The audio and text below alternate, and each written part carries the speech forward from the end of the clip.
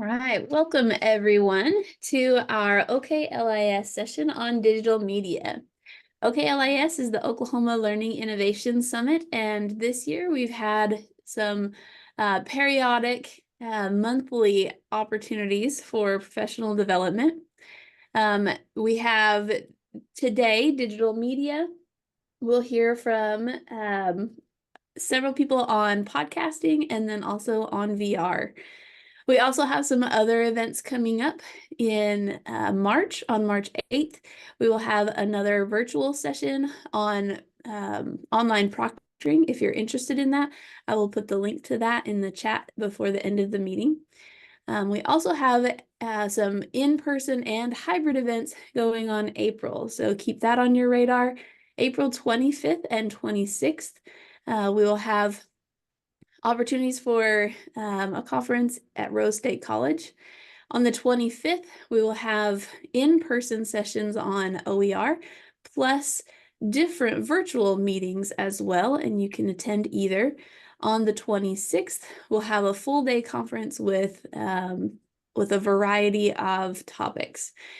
If you are interested in submitting a proposal for that, I will also drop a link in the chat here in just a little bit. Our first speaker seems to be running a little bit late. Does anyone see Allie in here? Nope. I don't see anybody in there but you.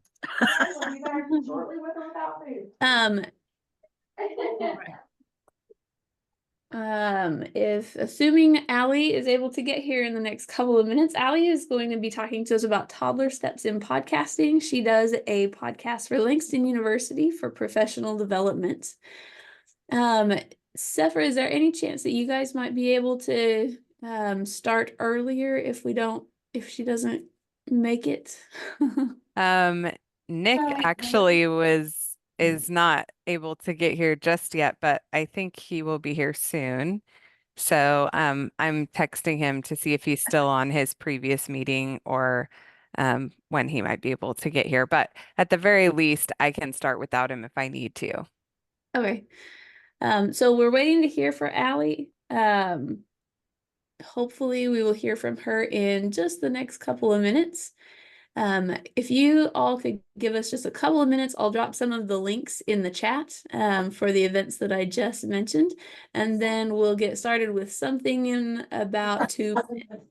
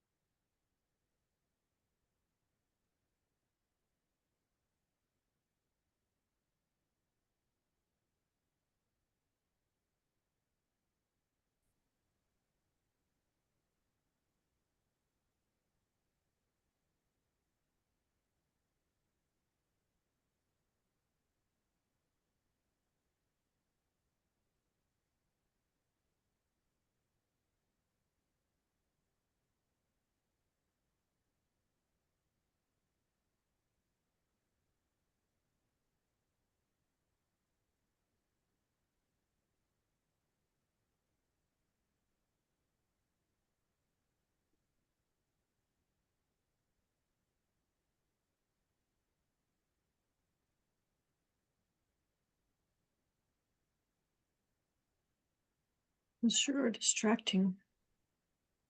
Hate those things.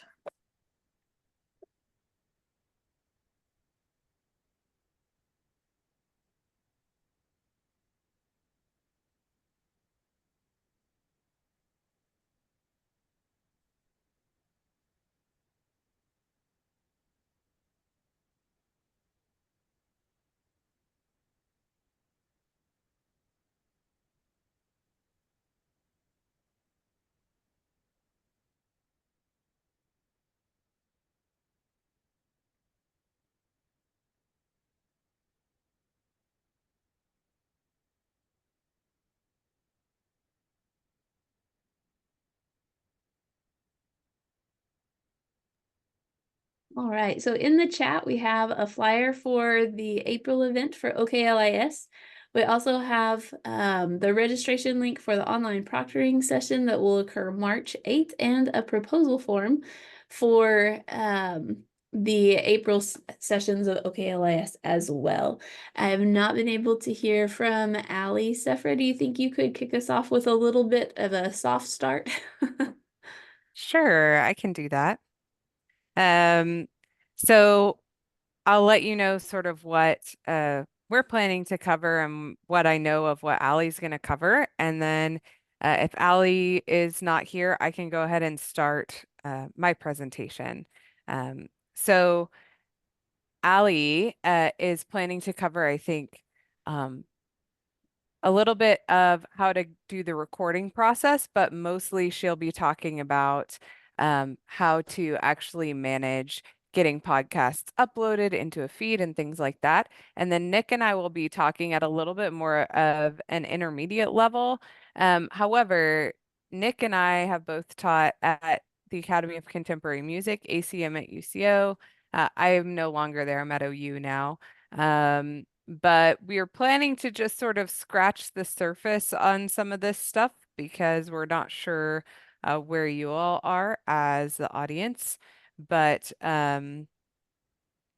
we can go more in depth and get more technical if you want to um, towards the end. But we're also going to provide you with some resources to get you a little bit more uh, technical detail if you want it, and more hands-on help if you want it to create some podcasts.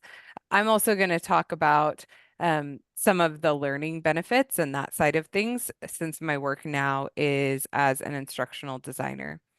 I think Nick is about to pop in here, but I just need to get him the link. He was having a little bit of trouble getting in here, so I'm going to email him that. I'm already here. Oh, you're here. Oh, good, good, good. Okay, so is Allie here yet, or should Nick and I go ahead and start?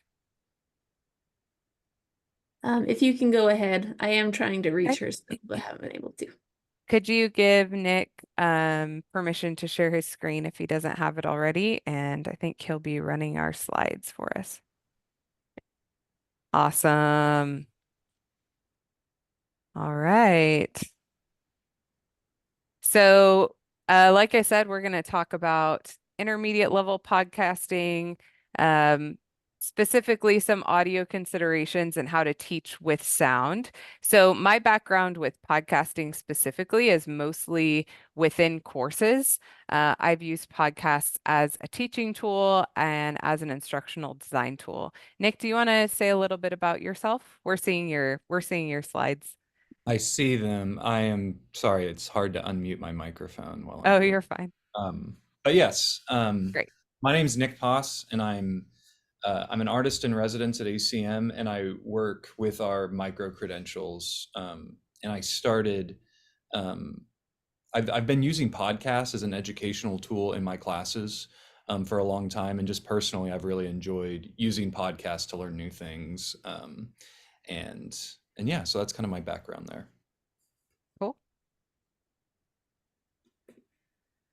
All right, so these are just kind of our objectives for our session.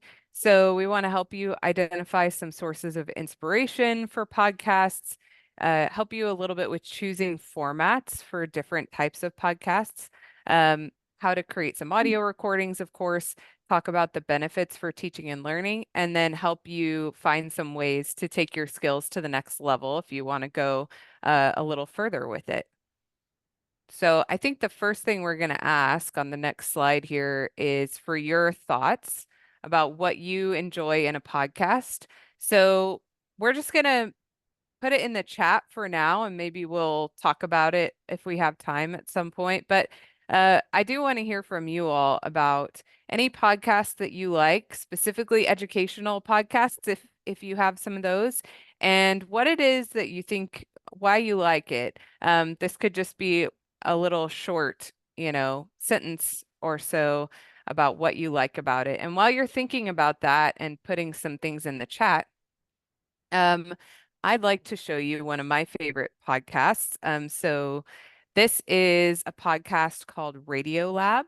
This is about a 3-minute video about how they took a very visual concept, which is color, and they taught about that using a podcast format. And this podcast has really inspired me in terms of how to think outside the box with how to teach using audio. So Nick, if you go ahead and hit play on that. Sure, I'm going to make sure really quickly that I'm sharing audio with my screen share. Oh yeah, great.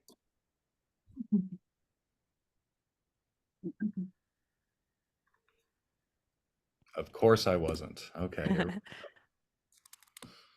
That's okay. Accessibility, Richard said. Yeah, that's important. Having captions or transcripts really is important.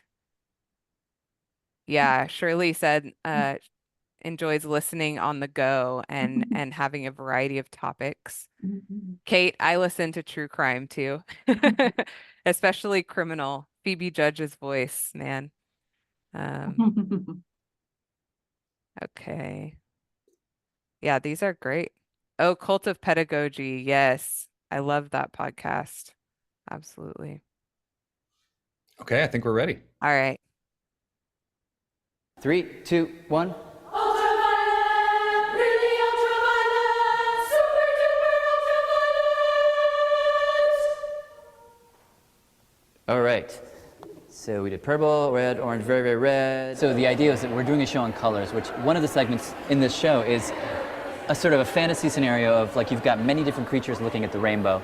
You have a dog looking at the rainbow, a crow, a sparrow, a butterfly, and then a shrimp. And the question is, how does each creature see the rainbow? And the answer is that they see radically different rainbows. Like the dog will only see 2 colors, the shrimp sees 1,000 colors, way more than we can see. Because here's one of the things I'm thinking about. Like, okay, so most of the action happens in the purple range for the shrimp. It's just got tons of purple that we can't see. And I can't figure out if the purples should be the bass or if they should be the sopranos, whether we build up high or build down low. So the question was, how do you do that on the radio? You know, you can't see the brilliance of a shrimpy rainbow. So the thought was, could we hear it? Could we use a choir to build up, sort of translate the colors into harmony? Orange. The greens up to the blues, that's where everything goes down. Insanely red. 3, 2, 1. Orange. I really hope this works.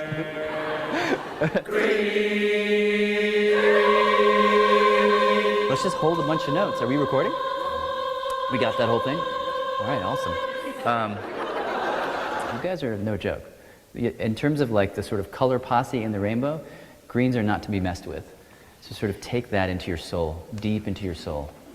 So this is this is just a crazy audio metaphor that we're trying out.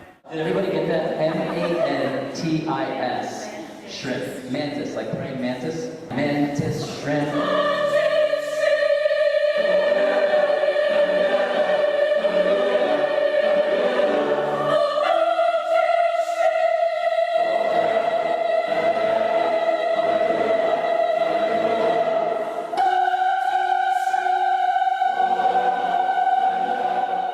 And I think it was really great. It worked out really well.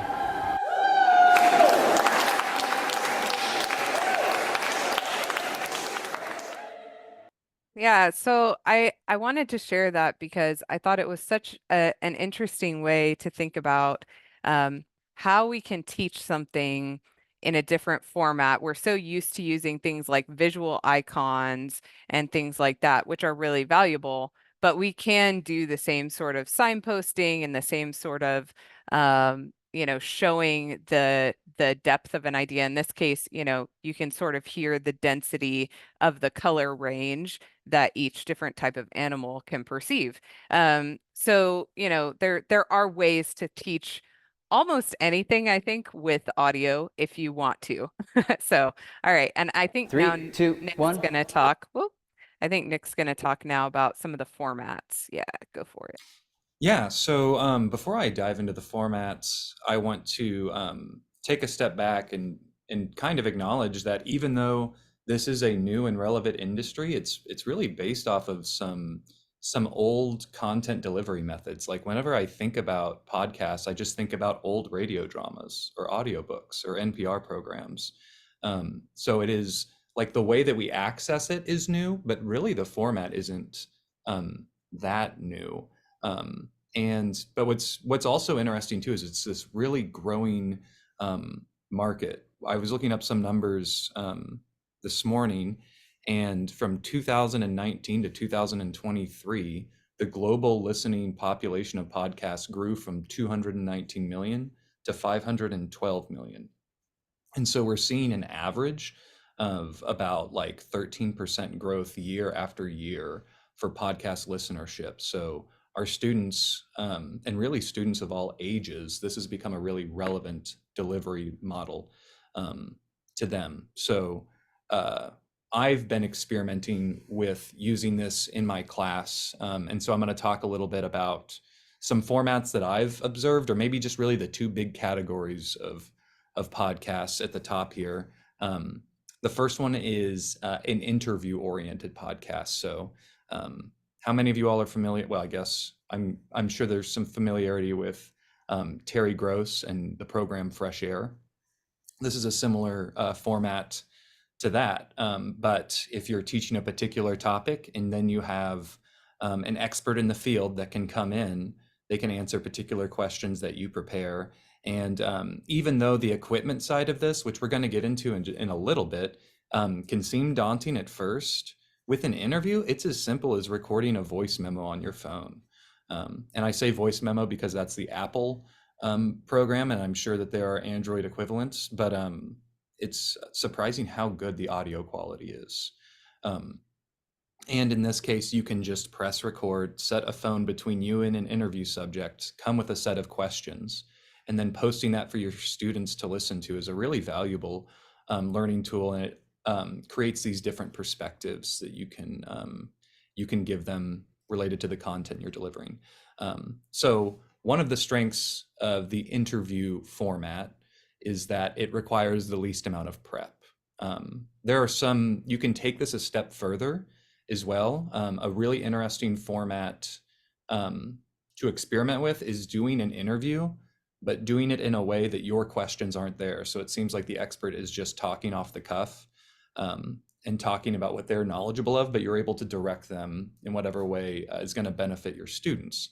And when you're doing something like this, that requires a little bit of editing after the fact. The first interview I was describing, the sort of like Terry Gross Fresh Air style, you can just set the phone in between you and use that audio. But with an interview where you're asking questions, but then omitting it later, you would have to use an audio program to do that. Or another option is you can just record and then stop recording, start again. And I also would say that students are pretty forgiving of audio quality. So don't be intimidated by the ultra high production quality stuff out there. You delivering relevant and immediate information, even if it's what I call like mobile quality and maybe not professional quality, students are still really appreciative of that. So I want to shift over to the other format, which is a more narrative oriented podcast. And I think about these as like audio documentaries. These tend to be my favorite podcasts that I listen to, but they also require a lot more preparation. They require a lot more editing. And instead of preparing questions, you sort of have to prepare scripts. And it also might require adding music, sounds. It depends on how involved you get with this. But the narrative oriented podcasts can require a little bit more of sort of perfecting instead of just going with the product you have.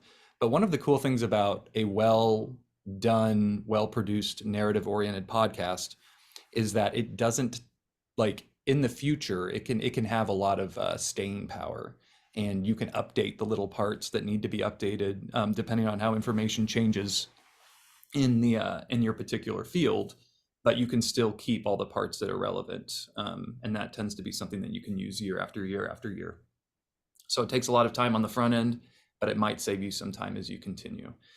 The bottom two ones are not common formats that you're going to find in the general like podcast market, but there's some things I've been experimenting with in my classes. So when I teach online classes, at the end of each module that I teach, I put a spot that's like a tech support kind of Q&A, but I want the questions to be public to other students so that students, if multiple students have the same question, they can see the answer there.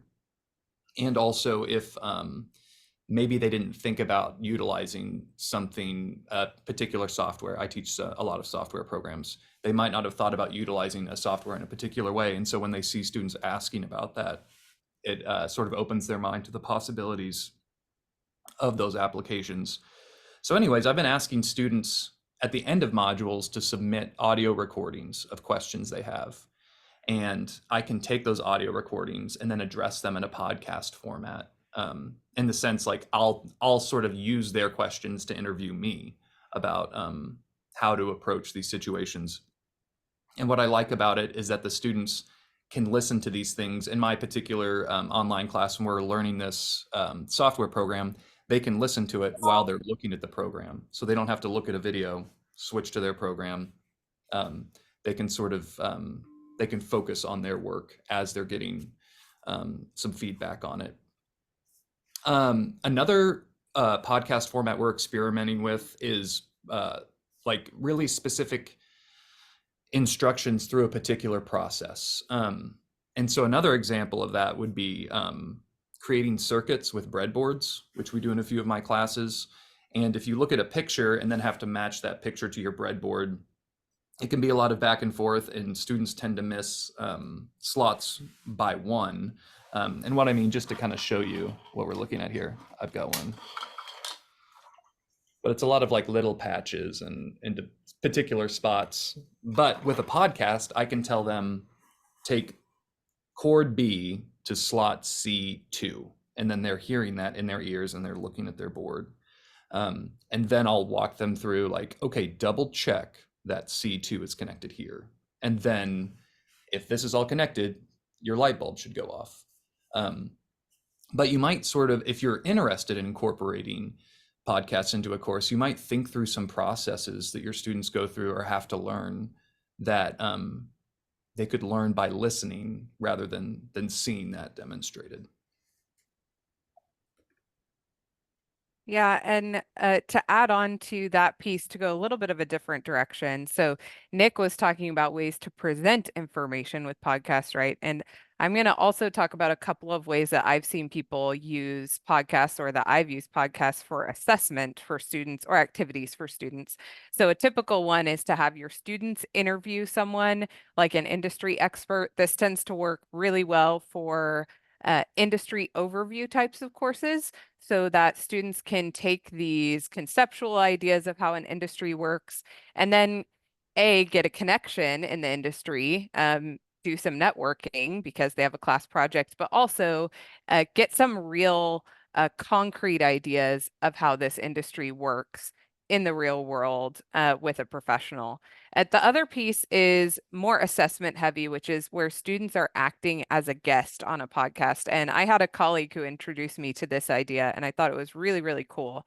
And basically the way he implemented this idea is that he gave every student a topic that they were to act as an expert on. And then those students would have a time that they would come and record a podcast with him, and he could ask them any question that they had covered in any of the class materials about that topic. And the student had to answer those questions as an expert on that topic. I think that's a really innovative idea, partially because of AI and some of the things that some of the issues that that potentially brings up.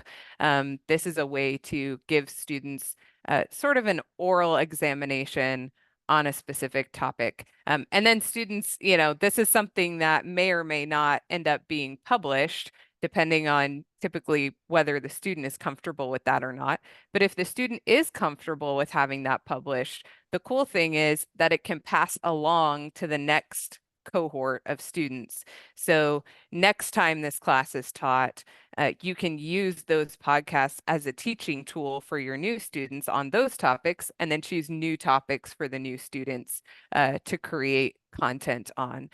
So it can be a pretty interesting idea. We're curious if anyone else has any other ways that they've used podcasts in terms of using them for assessments, using other formats for content delivery that we haven't mentioned. If you want to throw them in the chat, or we budgeted a few minutes if anybody wants to unmute and talk for a minute about it.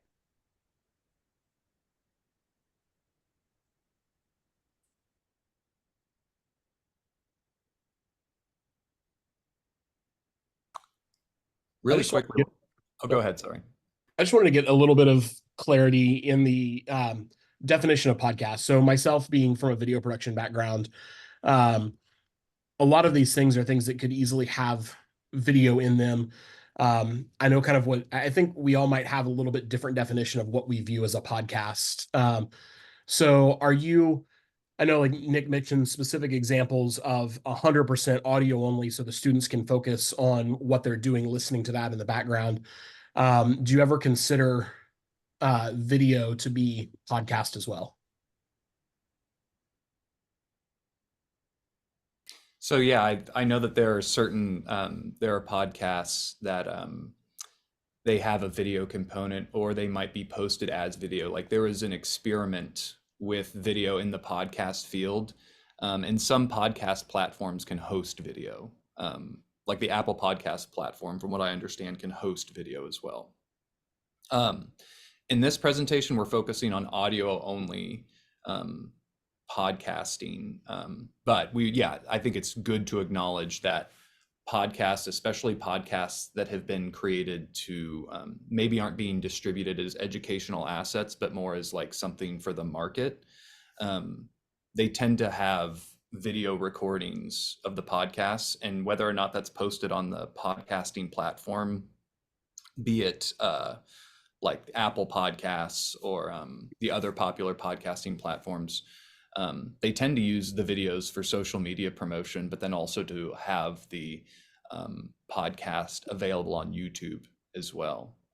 So I think it's important to acknowledge that podcasting, like even though originally it was an audio only format, it grew to incorporate video. And so we're kind of in this awkward space to where it can be either or. But that's technology for you, right? Like you add features on, and then it's like, it's not just this, it's also that. So I think it's good to explain that. Our presentation is focused in particular on delivering content and utilizing audio to work with our students. Yeah, I think this could be a philosophical discussion potentially that we could have, but you know, from my perspective, the difference between an instructional video and an instructional podcast is really about where the focus of the learner is. So you know, for example, if you're doing an interview, if you have the capability to do a video as well and provide that, that could be really beneficial to learners. But typically, you know, something that's called a podcast isn't going to have a lot of, you know, animations and things like that. You know, in terms of the video being really heavily enriched. So that's sort of where I tend to draw the line. But certainly folks can disagree with me on that. I'm not the expert on the definition necessarily, but yeah, today we're focusing primarily on the audio aspect at least. So good question though, Bill. And I see a lot of really cool ideas being dropped over here in the chats, especially vlogs, which again is sort of a similar idea, right? It's like there may be a video aspect to that, but audio is the focus, or you could make totally audio sort of journal entry types of things that could be cool. I found vlogs to be really helpful for study abroad courses specifically. Those can be pretty cool. I want to take a second to address in the chat at the very beginning, there was a statement, it just says accessibility. And I think that if we're presenting information in a way that might not reach a portion of our learners, it's always important to think about that. There are a lot of tools to create transcripts. All of those tools are imperfect. So in addition to creating transcripts, having a system to kind of comb through and make sure that that's clearly communicated is important. One really easy way to do it is you can upload audio to YouTube and it will produce a transcript for you. Normally it has errors, especially depending on how you speak, but you can it's much faster than typing things out, obviously. So it's a good place to start, and then you can correct errors. But yes, accessibility is always an important thing to remember as we're delivering this information. And Allie said she's also going to talk more about it specifically. So that's awesome. Thank you, Allie. All right. I think we can keep on trucking here. Okay, so I'm going to give you a bit of a warning. I teach audio production and I tend to get technical, and I'm going to do my best not to get too technical here. And I really want to focus on the easiest technology to utilize that you all have access to, at least in some way, shape, or form. And I'm going to be focusing on Apple products because that's what I have access to. But voice memo is a really powerful tool. And just with a phone, I have some audio demos here just so you can kind of hear the quality, but just with a phone out in front of me on a table, I recorded this. And this is actually the definition of a podcast. So we killed two birds with one stone here. A digital audio file made available on the internet for downloading to a computer or mobile device. And so that was just with my phone. And what's in it, like, that's pretty passable audio, and that's unedited. So there are other tools, which we'll get to in a little while, that with very little training, you can clean up or, in a scary way, re-synthesize audio. So we'll talk about that in a minute. One other tool that I've seen a lot of podcasters use is the iPhone headphones that connect directly to the phone, because the microphone in those iPhone headphones that have the wired connection is pretty good, and where it shines compared to just the phone microphone. And I'm actually a generation behind on the iPhones too, so I'm sure the new iPhone microphones are better. But where the wired headphones shine when you record with those is they're really good at rejecting background noise. So if you're in a noisy environment, it's going to be a much better option than recording just directly into the phone. But here's an audio example of that real quick. A digital audio file made available on the internet for downloading to a computer or mobile device. And that's pretty good. Pretty crazy that is a $20 accessory. And this is an example of me recording into a digital audio workstation, which is a computer program that we use to edit audio. And I'm using an interface. And an interface is a tool that allows a microphone to plug into a computer, and then I'm using an external microphone. And this is a very popular microphone that podcasters use, called an Shure SM7B. A digital audio file made available on the internet for downloading to a computer or mobile device. I think I was also more tired when I recorded that one. I see like my energy going down throughout these recordings. But anyways, that's an example of how that works. And I want to show you all really quickly how to use Audacity to record something like this. And it's pretty easy to set up. And the reason why I want to use Audacity, there are a bunch of different programs that are, once again, they're called DAWs, or digital audio workstations. You have a lot of choices here, but Audacity is free and it works on Apple and Windows operating systems. So give me one moment as I get that set up.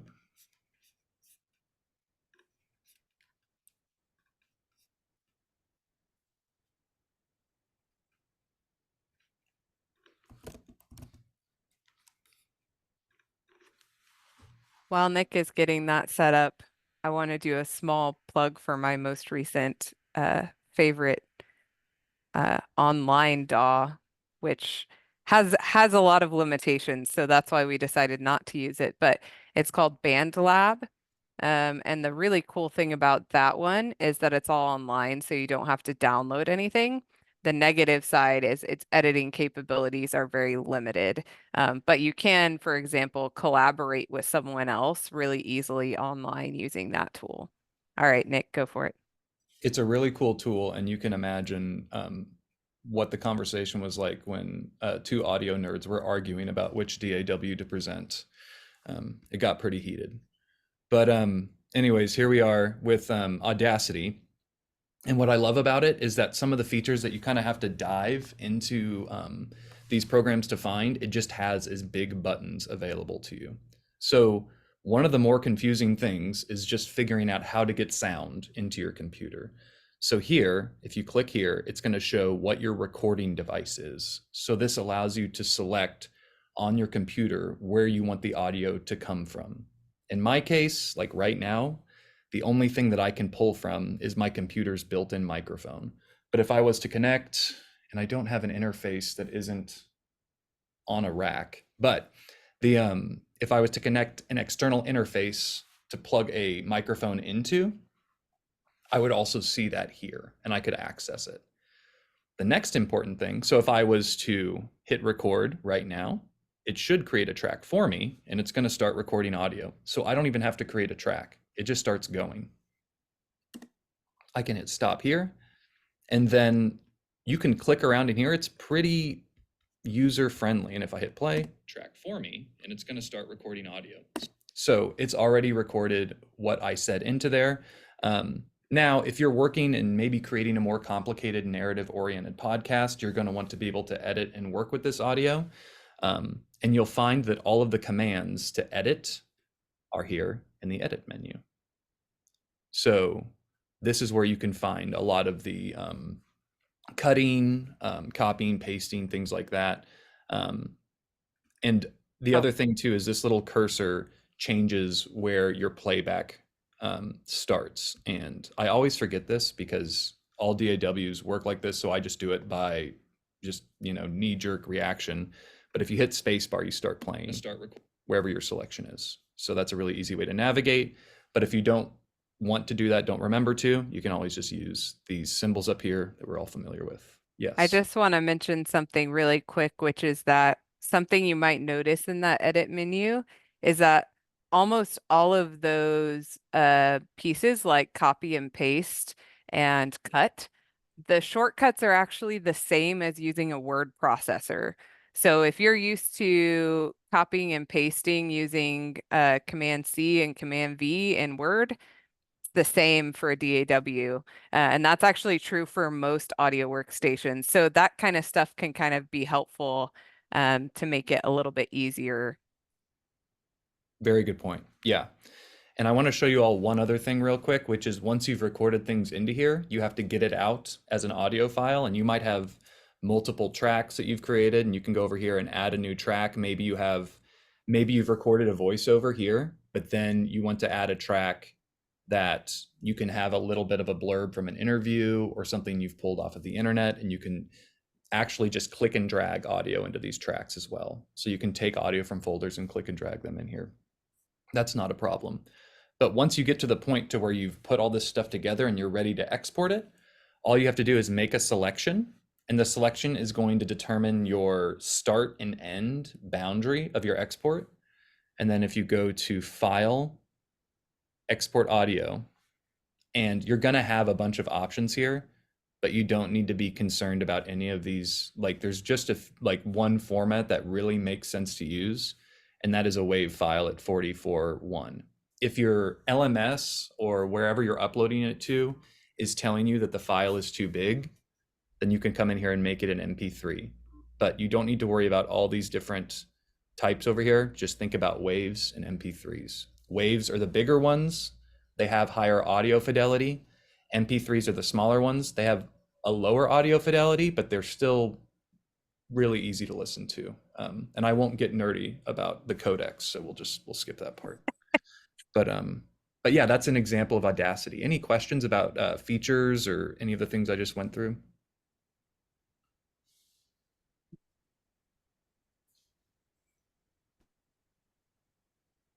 This is what my peer Keegan likes to call the teacher pause. I got really good at it during 2020. Yeah, I think we all had to, right?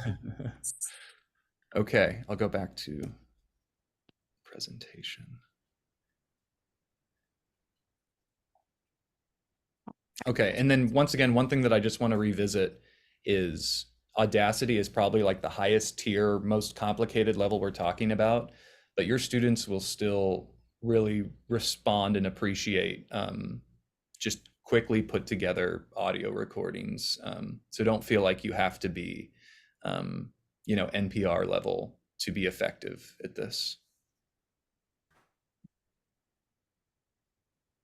Okay, I've been sort of trying to answer people over here in the chat, but Nick might be able to better answer if there's a max length of audio in Audacity, but I don't think there is. So while Nick maybe looks at some of that, I'm going to talk a little bit about the benefits of podcasts, which actually some of you already brought up in the chat. So I appreciate that a lot. Movement, we know, is really good for our brains and good for learning. Just standing has been shown to improve executive function and working memory. So, podcasts give your learners a little more flexibility. Now, of course, you can't control whether or not they do it or not, but you can always encourage your learners, hey, while you listen to my podcast, I encourage you to, take a lap around the neighborhood or something if you can. Just get a little bit of movement in there. It can also help to avoid distractions. So sometimes visuals are not necessary, and sometimes they can even be distracting from the point of the podcast. Now, this is obviously very true. For example, for a course that I used podcasts heavily in called The Art of Listening to Music, where, I really didn't want them getting distracted looking at my face. I wanted them to really critically listen to what they were hearing. But that might be the case for lots of different courses. So think about if the visual is going to be really helpful or not. And variety. So of course, I put enough reading already because I feel like I have heard so many students say, "Oh, this is so much reading." So it's just a way to break it up a little bit, offer students different sorts of media. Students learn best. Our research shows, not my specific research, but research shows that students tend to learn better when they're given a variety of different sorts of media to learn from rather than just one. And so it can be helpful in that way. And then the ease, you know, having two different types of media, a visual and an auditory stream, gives you a lot to deal with and a lot to edit. Just having one is pretty easy, and you can always consider adding some visual aspects later, if and when the time comes. And what I've found really nice is that, I can create a podcast in my pajamas, sound very professional to my students, and no one's the wiser. So, it's kind of nice and easy place to start if you haven't done a lot of media.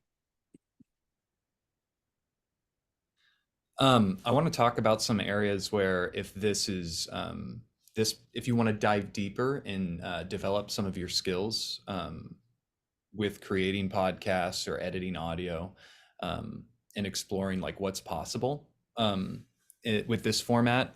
Obviously, YouTube is a good resource. One of the complicated things about YouTube is how much content is being added to it. There is 320,000 hours of content uploaded to YouTube every hour. I think that's right. It's either 320 or 32,000. It's a stat I give a lot, so I should remember. And I check it a lot because it keeps changing. But as somebody that has to find information on YouTube a lot, and then also just surveying my students about them looking at YouTube for particular techniques, it's becoming increasingly difficult to find videos that are actually objective focused, especially if you don't understand what you're looking for. Like if you are really new to this and all you want to do is get better at Audacity, you might not know where to start. And so another thing that I wanted to make you all aware of are some of the micro credentials that we're creating here at ACM. All the micro credentials that we're creating at this point are online asynchronous. And so we're posting those. And to find them, all you have to do is search ACM at UCO micro-credentials. Right now, we are working on a intro to podcasting micro-credential, to where we talk about the finer points of audio recording, give we address specific techniques and issues, and making sure that you can get the most clarity out of the equipment you're using and the highest production value. And then we also interview a few podcast professionals about actually like things that they've had success with, things they would recommend not doing. And so we're arranging our list and creating those contexts for those interviews right now. And we should have that wrapped up in the next 3.5 months is kind of what we're looking at. So be on the lookout for that. But also these micro credentials, there are a bunch of different audio oriented micro credentials.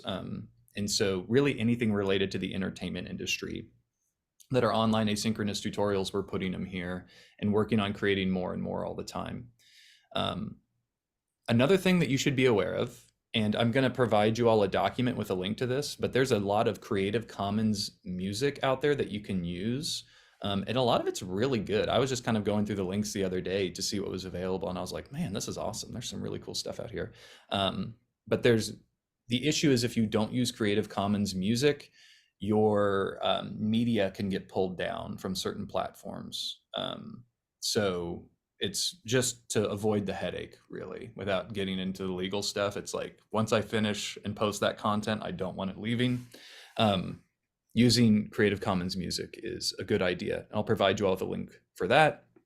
We talked about Audacity, great program, very stable for podcasting applications. But if you wanted to find a program that is also, it's not technically free, they want you to pay what you can pay, but this company allows you to use the DAW for free.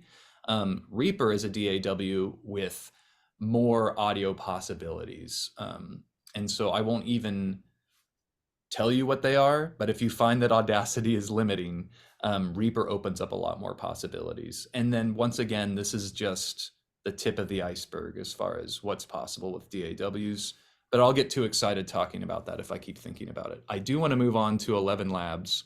And the reason why 11 Labs is very interesting is because it's $11 a month, and you can create AI clones of people's voices. So in certain videos that I've shot, the audio was subpar, and we had recording equipment fail, but we had maybe a camera capture, and a camera audio capture is significantly worse than the recordings that your phone does. But we had camera audio captures, and we were able to train 11 Labs vocal clones on our interview subjects and use those.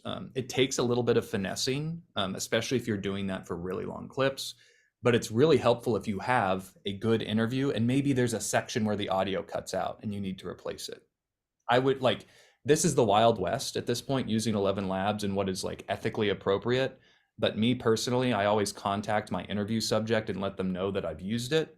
And I let them know that I won't change what they say. And if I do create a clone of their voice and I replace a section of it, I get approval for that to make sure that it doesn't not sound like their voice. But it's pretty uncanny how good it is, and it's a little bit scary. So, but it's a great resource for creating these types of things, especially if you have a great interview, but you record it in a less than ideal environment. All right. So at this point, I think we've got maybe I don't want to cut into Ali's time, so let's just have a few minutes for questions if anyone has any.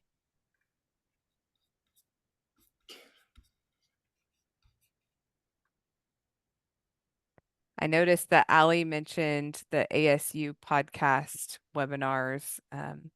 So that's a great additional resource. Thanks, Ali.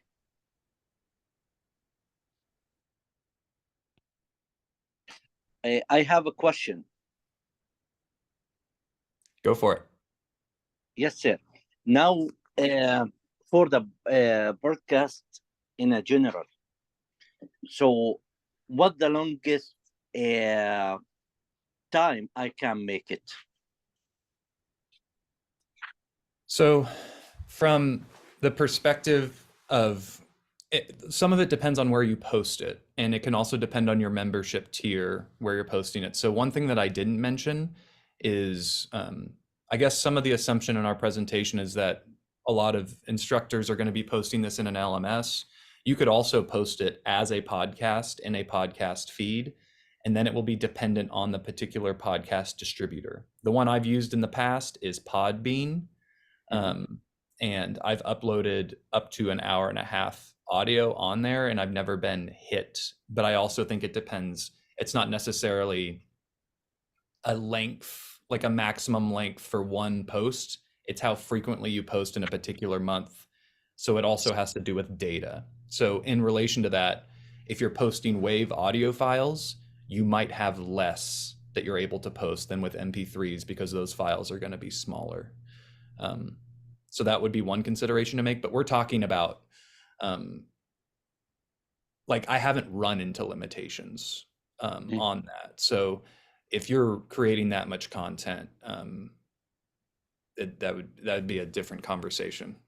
I will also say that's a good question. And you know, because I'm an instructional designer, I have to put a little flag that, you know, chunking applies to podcasts as much as it does to lectures or any other sort of materials. So, you know, having a lot of information via audio can be really helpful, but it's also important to, you know, make the uh, at least give it some segments or something so that students can access the part that they need to reference later. Because that's one of the difficulties with a temporal type of content delivery, like a podcast, is that whenever you have text, it's really easy to go back to the section that you want to access. So having multiple shorter podcasts or having, you know, specifically delineated sections, at least, you know, times where students can reference, you know, at 15 minutes, we start talking about XYZ can be helpful. I have another last question. Where is the best place I could do the broadcast? In Facebook, in YouTube, in a TV? What do you think the best place to make my broadcast?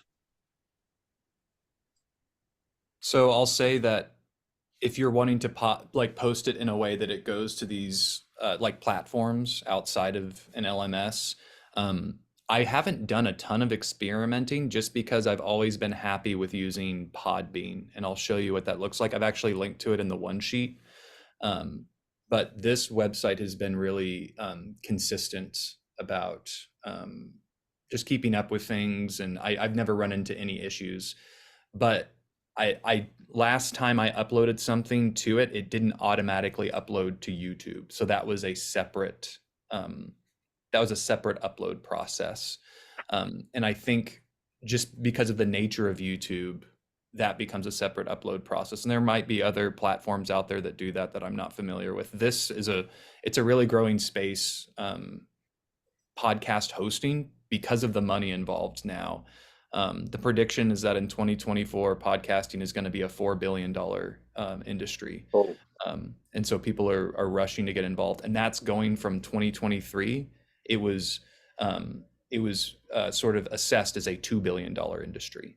So it's a lot of new players are coming in. So I might be telling you that, like, you know, Podbean's worked for me, and then there's going to be better providers.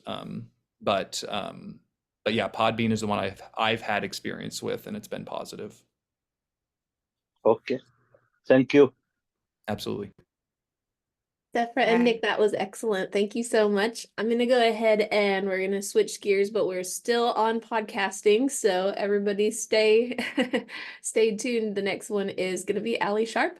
And she might be doing a little bit of backtracking, maybe doing some basics, but she can go wherever she wants with that. We'll probably go to closer to 12:20 before doing the one on VR. So I'm gonna turn it over to Allie. Thank you. Thank you. And I'm so sorry for being late. I'm so sorry I never know what day of the week it is. And Crystala, thank you for lassoing me. I was just happily, in a meeting. And so here I am. So first, I want people to know that I do not know anything about podcasting. I know very little about podcasting. However, if you go to Google or wherever and say top HBCU podcast, let's look at what comes up. Number 4, LU Monday Moment. That's me. That's my podcast. So you don't have to know anything about podcasting to be successful. And I will show you. I am living proof of how you don't need to know anything about it. So today is Toddler Steps in Podcasting. I am Allie Sharp from Langston University. For the instructional designers in the house, check out my little animation there. For everyone. So a little bit about me. Again, my name is Allie Sharp. I'm the Director of Faculty Development. I'm an instructional designer. I call myself a do-it-yourself podcaster. And my email is sharpa@langston.edu. I did a presentation in the past called Baby Steps in Podcasting. So today we're going to be talking about toddler steps in podcasting. If you look over in the right side, you can see the picture of the previous podcast or the previous thing I did last year, Baby Steps in Podcasting, if you want to look that up. So here's the progress I have made since my Baby Steps in Podcasting. I now have music. I actually follow a schedule. I always did it on Mondays, but since I never know what day of the week it is, it comes out whenever. And then I also schedule it now so it's shorter. It stays to a consistent length of time. And I give badges through Credly. Many thanks to Cole for helping, or to the Regents for helping me get the Credly contract. So now I give badges to the people who participate in the podcast. So here is about my award-winning podcast. I am so relieved that that award was still on there. And I am equally baffled by this award, I will tell you. And actually, there's been other ones too that are equally baffling. So it's called LU Monday Moment. And in this podcast, I interview people that are connected to faculty development. It can be faculty, staff, vendors, people within our network. And part of the reason I started it is to have documentation for Title III, which funds our grants. We have to document that when faculty go to some conferences that are funded through Title III, we have to document that they share it. So I was like, well, a podcast is documentation. So that's how it started. And then it just became what it is, the LU Monday Moment podcast. So there's a little target, so you know this is coming. The big idea is that it keeps Langston's multi-campus community connected on the go. I started it because we have a campus, obviously, at Langston. We have Tulsa, Oklahoma City, and Ardmore. Plus, we have adjuncts who are all over. We have instructors and professors who may be traveling. So rather than saying we all have to be in the same place, it's an asynchronous way. I am genuinely surprised that people outside of Langston listen to it because it is very Langston focused. So here's my warning about podcasting. You absolutely have to hear your own voice. I try to avoid it, but even in editing. So if you're like, no, I cannot hear my own voice, I tell you now, podcasting is not for you. I did not come to podcasting because I wanted a podcast. I came to podcasting from the process of elimination that I needed to connect our faculty. So if you don't mind in the chat, just what are your experiences with podcasts? Do you listen to them? Do you make them? None is a very fair one. Several points out, yes, you can get used to seeing it. So if you don't have a lot of experience with podcasts, it doesn't mean you can't have a podcast. I have not. My main experience was listening. And even then, I just had them for on Apple. Like I didn't know very much about them. I actually thought, oh, Kate says she makes them and our students make them. I really thought that podcasting was something that had to get approved. And so when I said I was going to make a podcast, I just meant I was going to share audio files. And then Apple approved it. I thought it was like book publishing. I didn't think that you could do it with no standards, but apparently you can. So whatever your experience with podcast is, you can get started today. So my focus, like I said, was sharing information with LU faculty. I do take steps to make sure it's accessible. I have the audio and I create my transcript with Word. I make it easy. I have it in email. I send it, I've uploaded it to Canvas, which I'll show you in a minute. And I have it on Spotify and I have it on Apple. So I'm not only is it accessible in terms of that they can have audio and have the transcript, but it's also accessible in that the podcast comes to them. A lot of people do not know how to use Apple or Spotify to find a podcast. Like, even if they know how to use the podcasting platform, they often go with what's recommended or top lists. I make it very, very easy to find it. And I keep it relevant. It is for current faculty and future faculty. I kind of use it as the idea of recording once, sharing many times. And that's paying off when people come that are new and they're like, I want to know about the Writing Center. I can give them that podcast. So that is who it is for. I have a very strong audience focus. So here is my process.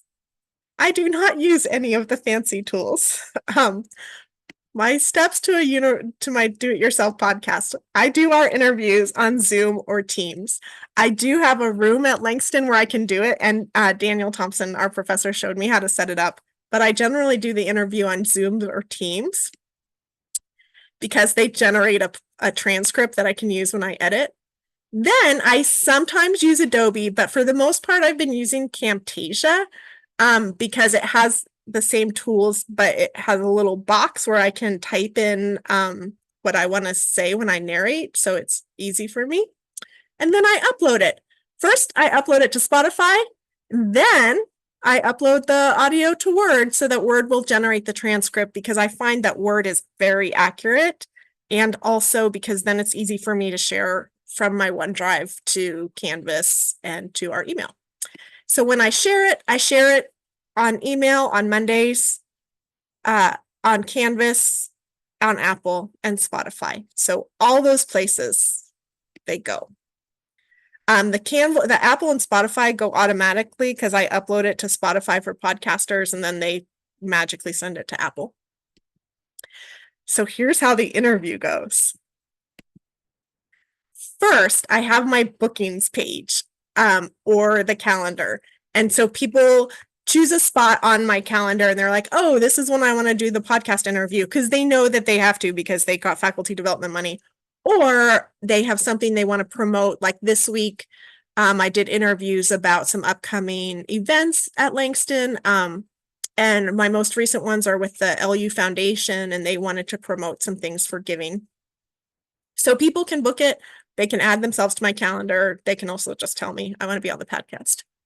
So then I give people the instructions and the reassurance. And this is what that looks like. I tell them they're going to do a business card introduction. Because it's for our faculty. So the same way you would give a business card. Then I tell them the focus. What should faculty know? And then I tell them it is just a conversation. I will edit it. So we actually go for about half an hour to get 5 to 7 minutes. But a lot of that is just chit chat. And then I edit it to make it sound good. So here's how I prepare for the interview. This is an actual email I send, and I say, I will ask you to do a business card intro, your name, what you teach, the events, and ask you what you want to share with the faculty and how they might apply it. That's my format. And then I have if you look on the right side, there's 3 slides that I have a PowerPoint that I use during the Zoom/Teams. And the first one is, here we go. The second slide says your name, your title, and your area. And then I say the guidelines, which are your experience, how it benefits LU, your classroom, and then the one small step that faculty can take. That is the really big part for me of podcasting, is that it needs to tell you who it is, why they're there, and sort of the so what, the call to action, like why are people listening? So when I record virtually, which is my preferred way, with Teams, it goes straight from the booking schedule. The transcripts go right to Word, and that works great for in-network contacts. But for Zoom, one of the reasons I like it is, for example, we have Clara Looper is one of Langston's favorite daughters, and so for her 100th birthday, I did interviews related to Clara Looper. It's easier for people to have a Zoom link that way. Also, it is so much easier for me to find the recordings on Zoom because I have one podcast address that I can look up, and I can download a ton of things at once with Zoom. So both work. I just know that whenever I use Teams, I'm like, oh, Zoom is so much easier. And then whenever I use Zooms, I think, Teams is so much easier. But they both have advantages. I use both of them. I often do not use a special microphone. I often use my AirPods. So what I do, though, is I mute. I must advise you on this. Turn off all the notifications. In my early podcasts, and I don't know, possibly this week, you will sometimes hear like a little bing from somebody getting email. Sometimes that's me, but usually it's from the other side. So I do advise people, whenever we're recording, turn off all your notifications, because that's hard for me to edit out if it's coming during a key phrase. And we have to mute. At Langston, we mute because I laugh a lot. I'm a very easy laugher. But I mute so that we don't have crosstalk. So I try to get people to mute while we're having our conversation. And then I promise them I will edit. So that's when I edit it after, like I tell them, this is going to help me edit. So we need to turn off the notifications and mute in the meantime.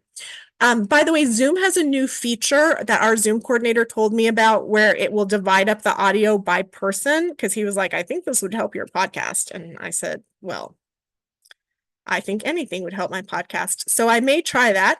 And so in our next edition of this, because we had baby steps, toddler steps. So in a year or two, when I'm ready for kindergarten steps, I'll tell you how the Zoom tools work. So here's setting up the podcast. I use Spotify for podcasters. It was called Anchor FM. I have a free account. It adds it to Apple and Spotify. It schedules in advance because, as we established, I do not know what day of the week it is. And then I press upload and it publishes. I can do it from my computer or from my iPhone. And then I download the final file because sometimes I've edited it inside Spotify. So when I'm in Spotify, when I set it up, I had to list my name, and then I did my podcast description. And because my goal was to have it for something for people to take a break, let's grab a cup of coffee, or listen on their drive, because many people commute, since Langston's all over the place in terms of geography. But I also made it so people could walk around. So that was my introduction. It's grab a coffee or listen on your drive for a burst of information, and information about the Langston faculty and adjuncts for them. Then cover art. I use Adobe Firefly now because it's magic, but originally I used Adobe Express. So this is my little coffee cup, but I've changed it every season, partly for my own organization so that I can look at it and know what was what year, because I like to share it with adjuncts or new faculty. So that's visually helpful for me. But I would say that in Adobe Firefly, I said make an orange and navy blue podcast with a lion theme, and look what it came up with. As long as you say no text, Adobe Firefly, if your school has Adobe, then you just get it and download it and you can use that. I also use Adobe Sound. So look at these. I'm going to have such great podcast art for the rest of my career. And then you can download it from Adobe. So if you have Adobe Firefly or Adobe Stock, that's where I've gotten sound that I can use, and that's where I've gotten art that I will use. In my account settings, I put my name and I put my title because I wanted to establish it was not a personal podcast. And then my email address, and the website that I used our Canvas page, because again, my target audience is the faculty and staff and the good people of Langston University. So that's my website for them. Like I have my own website, but I don't care if no one else can get to it. I care that my audience can get to it. So then when I record it, you can record directly from there, but I do it in Camtasia or Adobe, and then I do the quick upload and I upload my tools. And then I do want to say it is possible to do it all in Spotify. You can record it there, you can save things in the library, and you can add music. And this is all free. You can add music in there from Spotify and save it that way. So if I was starting all over, because I didn't even know I could do this, like I said, I started it as an audio file. If I was starting all over, I would just use Spotify for podcasters and just use these tools. I would not explore anything until I had mastered that, because that is free. I make it harder than it needs to be. And I'm telling you, I already do the bare minimum in terms of effort, and I still make it harder than it needs to be. I found my music from Adobe Stock, and I wanted to share this because I love the title. It is called Corporate Uplifting. That is the name of the music that I use. So I just put in emotions for the music, like inspiring, happy emotions that I tend to feel and want to convey. And then it showed me corporate uplifting, and it became my podcast music. So when you're searching for music, rather than, I just look for emotions that I wanted, and that's how I found it. I looked for mood and genre and sorted by free. And there it is, corporate uplifting. So there's like 5 corporate upliftings too. So Adobe Stock royalty-free audio is what we have because we have Adobe Creative Cloud. So when I put it in, I made a template inside Camtasia, so it always has my introduction and my corporate uplifting music. And so I have my voice recording, and I write in what I want to say in this little narration piece on Camtasia. So that way I will remember what I'm going to say, because otherwise, it's just better to write it out. So I have learned that the hard way. Write it out. And then I do my voiceover, because a lot of times I have to overwrite my own voice. So use a script and make a template. And then when I save it as a template, you can see in my on my screen, I have a picture of what Camtasia looks like, which is pretty similar to what you were seeing with Audacity and Adobe. In the previous, that there's different tracks. So I have my track where it has my opening for each campus or for multiple campuses. And then I have corporate uplifting looping. And then also on the Camtasia screen, you can see that it has the record button, and then it has features like making it fade in or fade out. And it has a space for video, and I will watch the Zoom video, because then I'll kind of remember, oh yeah, it was about halfway through. So that's how I use Camtasia quite a bit to do this. And so what are the copyright considerations for Adobe Firefly? They are Creative Commons, or they're not Creative Commons. They're like, they're allowed to be used for that, because it attaches the licensing to it. So I did ask that in an Adobe. I went to an Adobe workshop on Firefly, and I went to an Adobe workshop on Audition, and I actually asked them specifically for my podcast, can I use this? And they said yes. So Adobe Firefly can be used, because I don't try to make money off my podcast. I don't know. But Adobe Firefly, they let me use it. So then you can see I drop the audio in Camtasia. There's that sort of green line with the audio and it's fading down with the music. Oh, it's getting exciting. That means I'm going to add in the next voice. So I fade out the audio and then I add in each piece of the interview. So I save all the time in Camtasia because Camtasia is very moody and very unstable. So I have to save all the time. But the value for me of Camtasia is it has a lot of presets that are easy for me to use. And it has the little easy space for me to add in my navigation or add in my narration. So then I download everything. So this is a Teams picture because, but in Teams, it has the video and I can just choose to press download. So on this image, what you're seeing is you're seeing my Teams screen and it has the word download, and then I choose to download as a doc. So I can see my whole transcript, but I download it as a Word document. And I follow along with it so that as I am putting in my recording, I follow along with the transcript so I have a sense of where to edit, because otherwise it would take way too long. So I have the opening with the music, and then here is the actual interview. That was from February for the foundation. Then I choose in Camtasia, I choose export audio only. I upload it to Spotify. I upload it to Microsoft Transcribe. I sometimes upload it to Canvas. Sometimes I just embed it. Then I select the file and I upload it to Spotify for podcasters, which used to be called Anchor FM.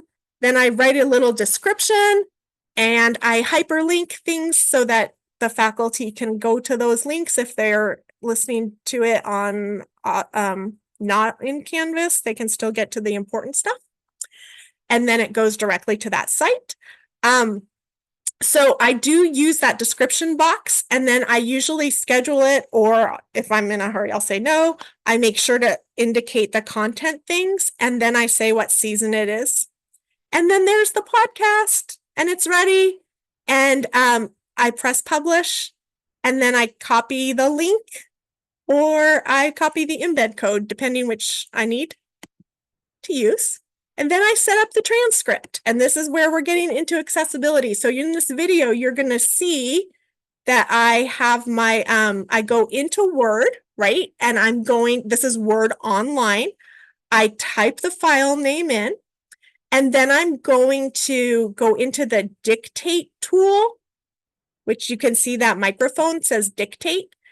So I will add it in, and then, and then when it will automatically transcribe it, right? So then it transcribes it. I change the speaker names. Sometimes I just use Control F to find and replace it. And because it doesn't always work to do it that way, then I add it to the document with speakers. So Word has done all the heavy lifting, and then I just have to go in and make some minor edits and make changes that way. This was one of my more recent ones because it's Jillian. And so then I go through and I make sure that everything, the names are correct, and I check it. And so that way, that is my accessibility piece. It's audio and it's written out, and I check it to make sure that it is appropriate. And I could include timestamps, but that's not what our faculty wants. Otherwise, I would do it. So here are some transcripts and tips. I always note that it's automatic in case I didn't catch something. And I include the link to the podcast so people can listen right from the transcript. A lot of people use just the transcript. Then I put it into Canvas. When I put it up there, I use the embed code. This is a picture of our Canvas. I have a direct link to the podcast. I put the embed code in, and then I put in the transcript and any resources. So I use the same format each time so that people can find it on our Canvas. I issue a Credly badge. This was designed before AI, and I'm quite proud of that badge. And so I give people a badge for being on the podcast. And then I share it with the faculty by email. I announce it on Mondays. I have a calendar thing that pops up that says send out the podcast. I include the resources and I put it in our new faculty library. And then I will share it in our Zoom and team chats. Sometimes, for example, next month, we're going to be talking about midterms, and I'll put in the podcasts that were related to midterms. Whenever I see an opportunity, or if somebody is sharing something in a Zoom meeting, I'll say like, oh, you can hear more about, this by listening to the podcast. You can hear more of this person on the podcast. So I promote it within our school. So here's my timeline. In 2021, I made it useful and accessible. Those were my first goals. I didn't care about anything else. It had to be useful. It had to be accessible. 2022, I started focusing more on the art and on the multiple platforms. 2023, the year of the badges and the intro music. 2024, I'm working on the timing and the titles now to make it have a consistency. And my 2025 goal is I'm going to curate the library because now I'm getting to have a lot. So if this is you, if you're thinking maybe I could do this, the answer is you definitely can. Start small. I started weekly and that was way too much. It would have been a lot to do it annually. So start small. Choose a day of the week, not a frequency. So saying that I'm going to do it on Mondays is very helpful because when people schedule, they know, okay, she's going to do it on a Monday, so I can't schedule it on a Monday or whatever it is. But people kind of can anticipate in advance, like she can probably get this out next month, something like that. Don't do a frequency. It's easier just to say expect it this day of the week, not expect it bi-weekly. People really like transcripts and links. I hear that all the time, that they really value the transcripts. They really like the link to follow it because they don't want to have to always have their podcast subscribed. Like they don't always want to have to find it that way. They want to have a notification and a link directly to it. So I have a quote for you, that railroads and telegraphs and kerosenes and coal stoves are good things to have, but the trouble is folks get to depend on them. That's from Pa in The Long Winter. And that is my takeaway for you, that my podcast started for convenience of asynchronous communication. So you have to know your goal and adapt to the technology, because when people get used to it, you've got to keep doing it. So start small. And that is my presentation. So thank you so much. Thank you for waiting on me and your patience. I'm Allie Sharp. I'm at Langston. You are always welcome to visit us up there. My podcast is the LU Monday Moment. You are always welcome to not listen to it because it's weird for me to know that people hear my voice, but you can listen to it if you want to. My email is sharpa@langston.edu, and my actual personal website is asharpcookie.com, because that's what a senior citizen, when I taught senior citizens, used to call me. But keep in touch with me. Email me. I'm happy to help you. Thank you, Allie. That was very good. We are going to go right into our next presentation, which is on VR, the new frontier, game tech-driven immersive VR in higher ed. We're going to hear from Robert Wall and Danny, and I apologize, but I don't know if I can pronounce Danny's last name. Are you on here? Hi, yes, I am here, and the last name is pronounced Monagay. I would have done such a bad job. That's fine. It's French. There's a lot of lying consonants inside of it. So. All right. Well, I'm going to turn the time over to you and let you jump right in for us. Sure. Hey everyone, it was good to be here. It's great to hear all the stuff about podcasting. That was quite cool. It's especially great to see Nick again, and Allie. That was a great retelling of everything that just goes into things. And then that's one of the things that I think that's great that we talk about, is like a lot of people don't understand what it takes just to build something from scratch, and you had really hammered a lot of that home. So that was really appreciative. So we're from the University of Central Oklahoma. I did not pay attention to what we had submitted, so the title is slightly changed on the slides. But the content is mostly the same. I'm Robert Wall, and this is Danny Monagay, and we're here from the UCO's IDEA team. And so it is an acronym. It stands for Innovation, Design, Experiences, and Analysis. Right now, there's about 5 of us. My background is in animation and cartoons and a little bit of video games. And Danny, what's your background real quick? My formal title is instructional technologist, but I specialize in everything graphic and visual. So I guess probably start. My title is also the director of research and innovation over on the IDEA team. From there, we do have some design people, as you just heard. We also have some computer scientists and some data scientists.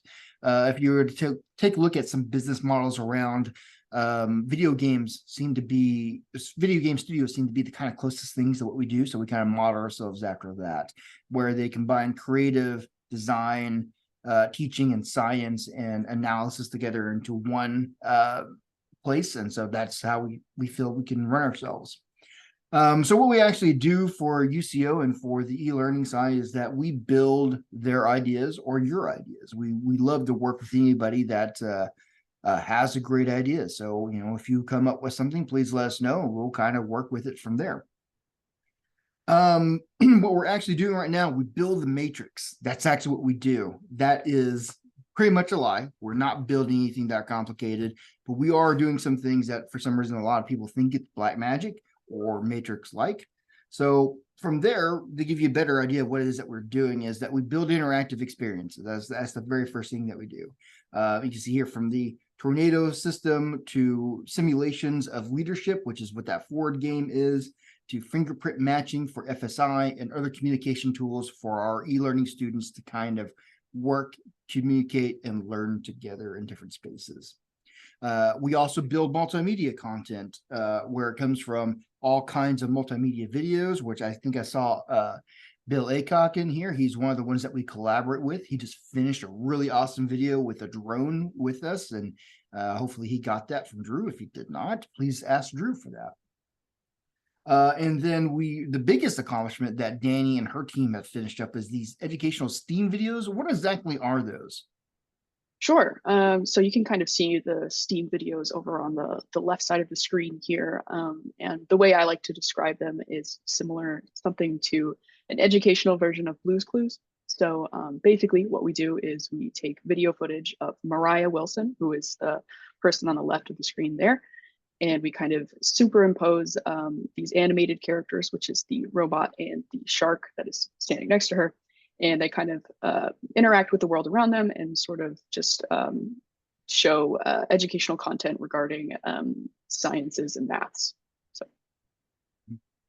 So when you build some of those things, we also take a look into web tools. So we have a lot of digital archives at UCO. We have I think the Women's International Dress Archive, which are dresses and clothing that dates back all the way to 1893, all the way to 1983 in terms of women's fashion. So we help build a database and website for that. We build EMS systems for our students to enroll, and more data reporting tools. Again, like I said, we have a data scientist and analysis. So we build all kinds of reports and surveys from there. But the big thing that we kind of make sure that we are building is all the realities. And so as an encompassing overall, you'll hear it referred to as XR, or extended realities is the big overarching umbrella term. Then you have virtual reality inside of that, mixed reality, which is the combination of the two, and then you have augmented reality. And so we've been building experiences in each of those. So what we're actually here for. So that's a little bit of the background of what we're doing, or of who we are and what we've been building, and why you feel that we feel that we're experts in the field. We're here to talk about how we're integrating those into higher education. So when you guys feel it, we're going to go ahead and get started. To kind of talk a little bit more before we go further into this, we probably need to kind of touch on two things and some definitions so everyone kind of knows that we're on the same page. We talk about high touch and we talk about inclusivity. So we want to make sure that we are defining those and make sure we're on the same page. So for high touch, basically the simplest terms for anybody that's not familiar with it is making sure or it's a customer service term for making sure that the customer is king, they feel special, and they feel very well taken care of. Wayne Gretzky told me that, and I'm telling it to you. And so that's how we're going to attribute that quote. No one argues with me. From there, we wanted to tell you like what our version of high touch is. And we had an actual conversation, I think, where Sephra was actually talking about content chunking. And so in terms of making sure that we're achieving that and making sure that they feel listened to and they have the tools that they need to be successful, content chunking is a part of that. We make sure that the tutorials are set up in such a way that they feel natural and organic. If you take a look at how board games are actually played, or just any type of games that you might play with your friends, you might just find out that it's easier to play a round or two than it is to sit down and read the directions. So we want to make sure the tutorials feel that type of natural. We make sure that we use affordances where they can. So in any type of situation or any type of lesson plan, there are affordances that are already built in to what it is that you're building and teaching. So we want to make sure that we take advantage of those. And then the biggest thing, one of the reasons why Danny is joining me here, is we want to make sure that we're making the most out of our visual designs. One of the big mottos that we have is that we show, we don't tell. An animation is worth 1,000 words. And when you're playing something, or if you think about your own fields and what you're teaching, it can be kind of complicated. It might not be complicated to you because you know it, but when you're trying to explain it to someone else, one of the things that we want people to know is visual design can help play into that. And like this quote from this game designer says, you can maybe type out those instructions or say those instructions to them hundreds of times, but until they see it in action, or maybe some sort of just animated GIF of damages a tile and pushes adjacent tiles, no one really understands what those words means. And again, you see it in action. And that's one of the things that we're looking and hoping to build with what we're trying to do here. If you want to learn more and just more interested in kind of what we kind of brought up, and you're interested in design thinking, these are some books that you might be interested in. The Design of Everyday Things by Don Norman. He talks about just how affordances should work. And if you've ever walked up against a door that says push, but you actually have to pull it, those are referred to, he calls them affectionately as Norman doors, because the everyday design of that is not being used the way it should be.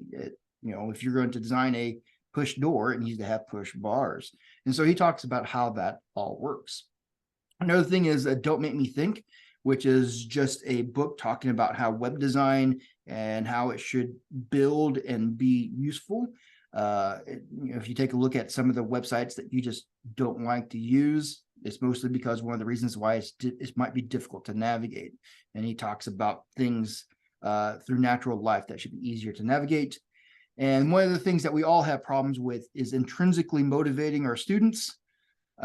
Most of the time, all we have is a carrot or an extrinsic motivator. But when you take a look at games and how they build some confidence and intrinsic motivations, you take a look at Jay McDonald's book, Reality is Broken. And so that's another thing to kind of learn a little bit more from there. These are always some interesting reads you can kind of piggyback off of to learn more about high touch design. The second definition, inclusivity, making sure that everyone has equal access and opportunities, whether it be physical, mental, or just being in a minority group. So it's just making sure that there's at least equal access from there. So what does that actually mean for us? Again, because we're kind of making sure that we're defining and providing examples, is, VR is a great tool. It can work greatly. We're talking about examples with the elderly.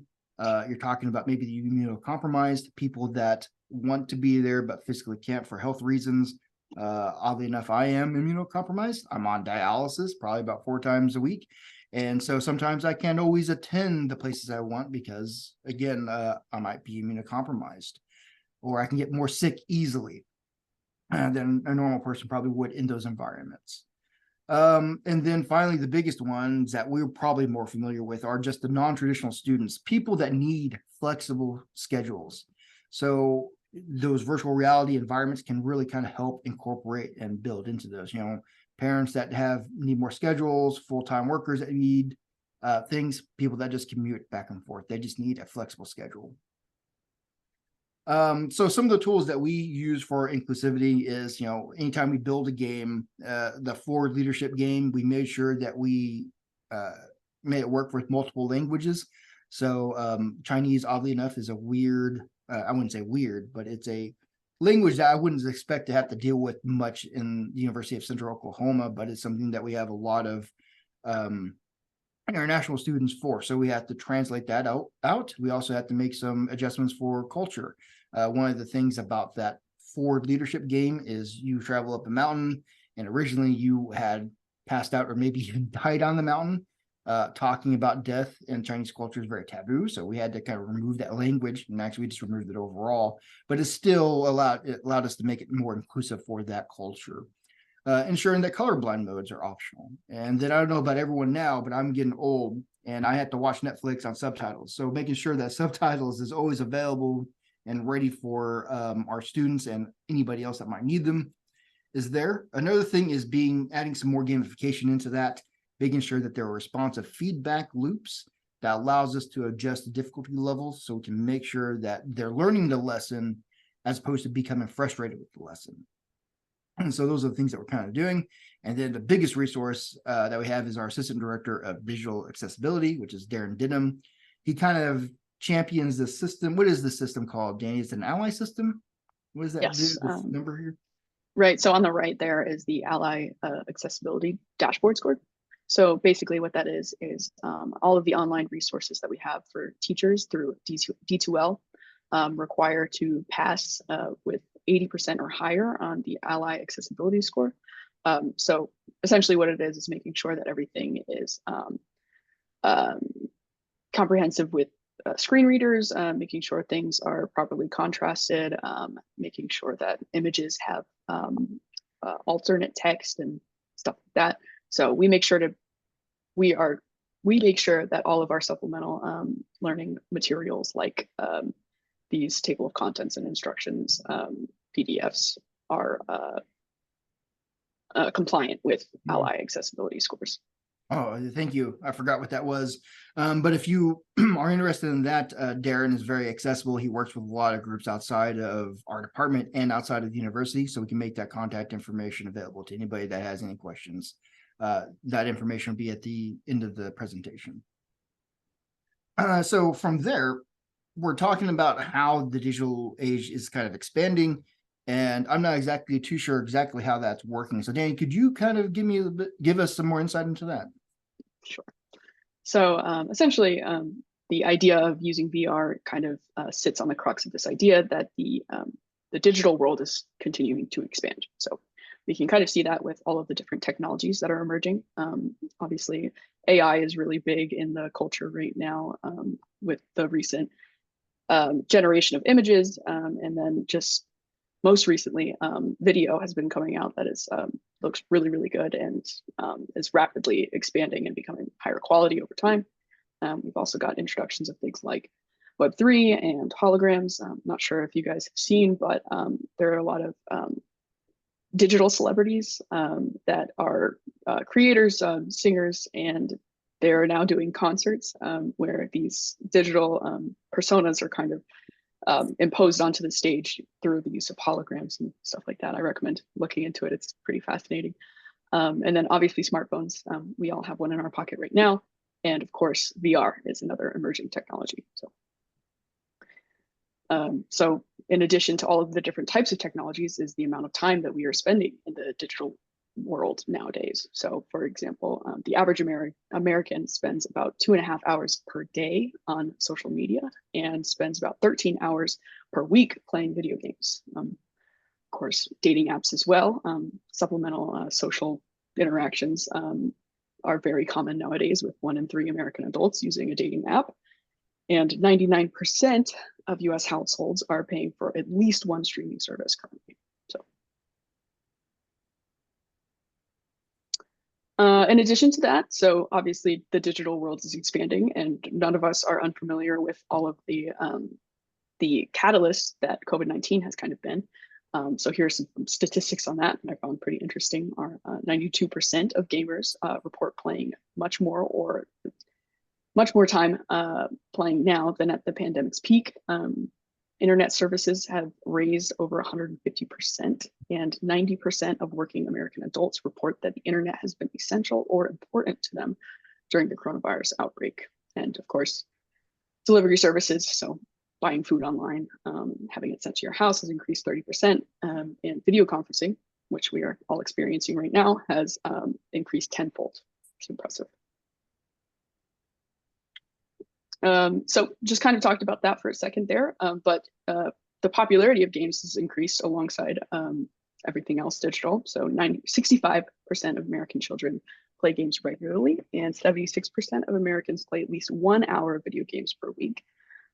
So in addition to the expansive nature of video games, we've also kind of shifted in public opinion of video games. So people are a little bit less wary of video games since they're much more prolific.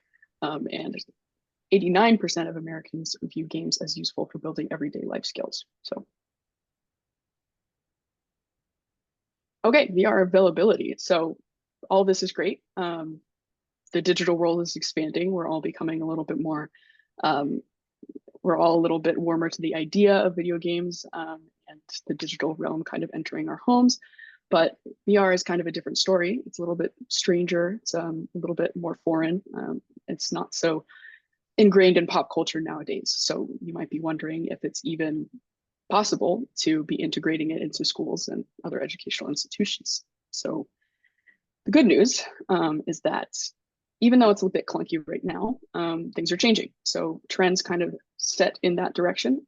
So for example, Moore's law, which is essentially says that computing power increases becomes twice as powerful every 2 years. Sorry, Robert just taught me that a little bit earlier this week, so I'm fresh to the topic. But essentially, it's all kind of laid out right here. The idea being that prices tend to drop over time, with exact numbers here: 110 per square inch, $110 per square inch in the 1970s to $1.50 per square inch today. As well as the size of the digital technologies kind of compressing. So right there, you kind of see a comparison of 5 megabytes in 1956 versus 1 terabyte today. You can see it's a bit small there, but that's a person, a human person, right next to that big case of data. So you can see clearly the difference there, as well as a comparison of video game graphics from 1996 in comparison to 2018. So that's Laura Croft in both of those images there, kind of giving herself a fist bump. But yeah. Yeah, and VR is already trending in this direction, as you can see here. So up in the top right there is an early iteration of a headset, a VR headset. It's kind of got that big clunky power bank, which you would have to attach to yourself as you engaged with the VR headset. And then you can see in contrast, just below it is the recent iterations of the Meta Quest, which is clearly much more streamlined and becomes more streamlined with every iteration. No longer carrying that big clunky power bank, and just sort of the headset is used, and the controllers are getting smaller as well. So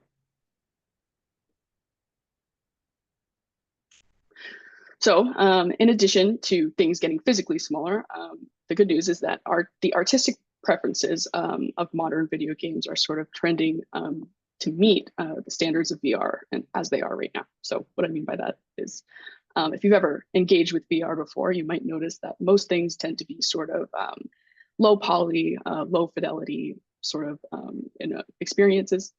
And there's two main reasons for that. Firstly, being the fact that it is mobile. So because it's needs to be attached to your head, you need to be able to move.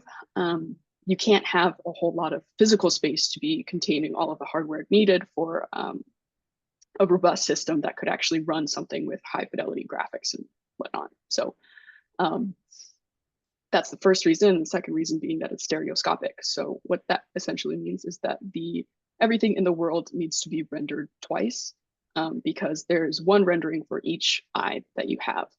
It's the reason that when we look out at the world around us today, we kind of see it in 3D, is because we're getting two sort of slightly different images kind of projected into our eyeballs, which allows us to understand sort of dimensionality and depth perception. So VR needs to do that as well. So that's already requires everything to be cut in half for the amount of fidelity you can reach with various sort of interactive experiences. You can kind of see an example here. Sorry, Robert, will you go back just a second? Just to kind of call out, that would be forward. There we go. All right. So you can kind of see the example there with Halo 1. So that's the early Halos. And most VR experiences kind of look closer to that versus Halo 6, which is the most recent Halo, which is a lot closer to real life sort of visuals. The good news, more good news, sorry, this is all good news, but more good news is that the trends in artistic preferences kind of pertain to stylized graphics. So there's less need for more robust systems in order to have highly realistic sort of experiences, because you can kind of see here some examples of the most popular game franchises today, like Minecraft and Animal Crossing and Fortnite. They are much more stylized, kind of cartoonish, and people can still really enjoy them and engage with them without them being so realistic.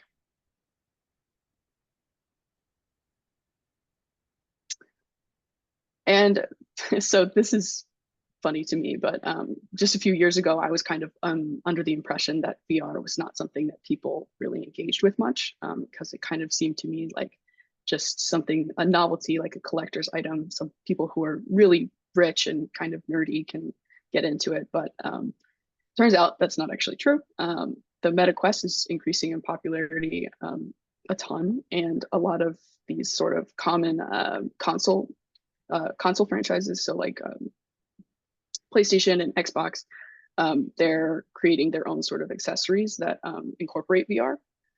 So it's just becoming a lot more of a household item. The price drops and it's just a lot more accessible for everybody. So Robert, this is all great in theory, but how do we put it into practice? So yeah, we we actually end up doing some of this. So what are we actually doing though? So right now we're focused on two areas. So we're focused on one, integrating, and then two, exploring.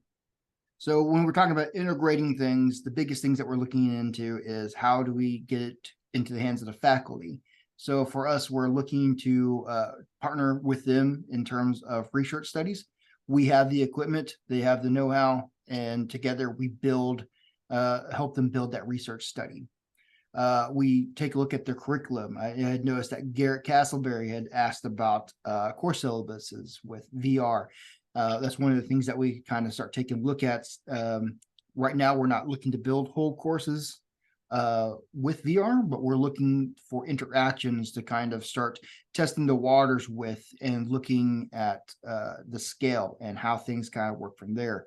If you have a packet, we just look at a way to gamify it and to turn that into a puzzle. It may not need to require VR right away, but it's something that we're looking to do, especially again in this digital age. One of the things that we are able to allow you to have in those things is a controlled environment. And then we look to add some more gamification processes to it that might, again, help with your intrinsic values and some other things that you might be interested in, things like progression systems and allowing practice and mastery. So that's what we're doing right now, is we're integrating these concepts into any curriculum that a faculty member will allow us to, or that they're interested in. The other thing that we're kind of exploring in terms of integration is integrating them into the classroom, because that's the next question. So what would even a business model for a VR type room even look like? And so for us, it looks like it's very close to interactive virtual classrooms, or IVC is one of the things that we have at UCO. You might have something similar. Some of you might know it as television classrooms, but just to kind of begin to frame it for you, back in the day, or still now, you would have a full television classroom where you had a satellite classroom, maybe on a reservation, to where a set of students would be there viewing the instructor on a television or on a large screen, much like this in a Zoom. And then you would have an actual physical room where you could actually have the instructor and a couple of other students, and they would all work together in a room like that. That room requires space. It requires a room, support from the college. and cost for technology upgrades. And so when you're talking about incorporating something like VR into the classroom, we already have a small foothold with the use of our IVC classrooms that e-learning at UCO does support. Some of the equipment that we're trying to talk about is we do offer material support as well as we kind of move through that. One of the big things that we do is we make sure that you have the space to do that in. Some robust gaming rigs, which we had to work with IT to kind of get that cost into there from the state. Wireless setups. One of the things that we definitely provide is a list. If you guys need that list, we can part it out because we do it two ways. We can either purchase all the equipment, or not purchase, but we can either get all the turnkey equipment that you need, or we can build it by hand, where we can build everything from the ground up, from scratch, from the GPU to the CPU, getting it all going from there. Other things that we kind of make sure that they have is a high-end headset, because again, the more higher fidelity that you want, we'll probably want that higher end HTC Vive Pro. But the other thing that a lot of people don't take into account is the amount of cords you can trip over. It's an insane amount of cords, everything for everywhere. So just got to make sure that you have all of your other auxiliary things. And then to serve as a backup, we do probably have a Meta Quest there to serve as a backup, because that's usually kind of how some of the demos kind of work. And that kind of rolls into our strategies in terms of getting people talking about it on the campus. And so Danny, it's been a while since I've done a demo. I'm too cool for that nowadays. How does that work currently?